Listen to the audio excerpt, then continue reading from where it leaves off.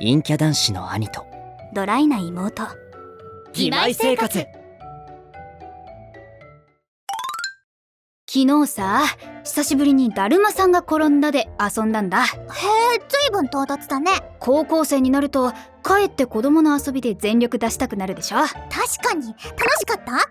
全力で遊ぶだるまさんが転んだ。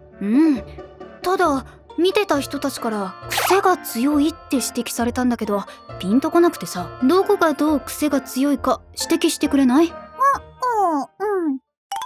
だるまさんが転んだ。だるまさんが。早速癖が強い。嘘、どこが？地面に埋まってたよね。埋まってたね。体動かさなくて済むから楽って言ってたよ。でしょうね。動きようがないもん。でも見てた子供たちは泣いちゃった。そりゃ泣くわ。他にも癖が強いって言われたことがあってさ。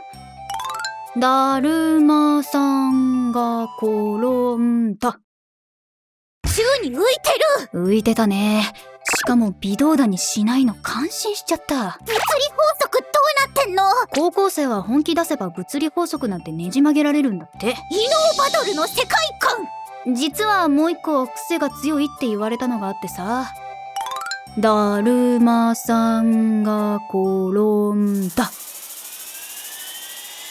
いや、普通にアウトじゃん。動いてるもん。早すぎるがゆえに静止して見えるからセーフなんだって。政府の基準ガバガバ。チャンネル登録、Twitter のフォローをよろしくね。小説版義妹生活発売中です。おまけ。癖が強いのも考えものだね。キャラ的に一番癖の強いマーヤがそれ言う？余計なお世話だよ。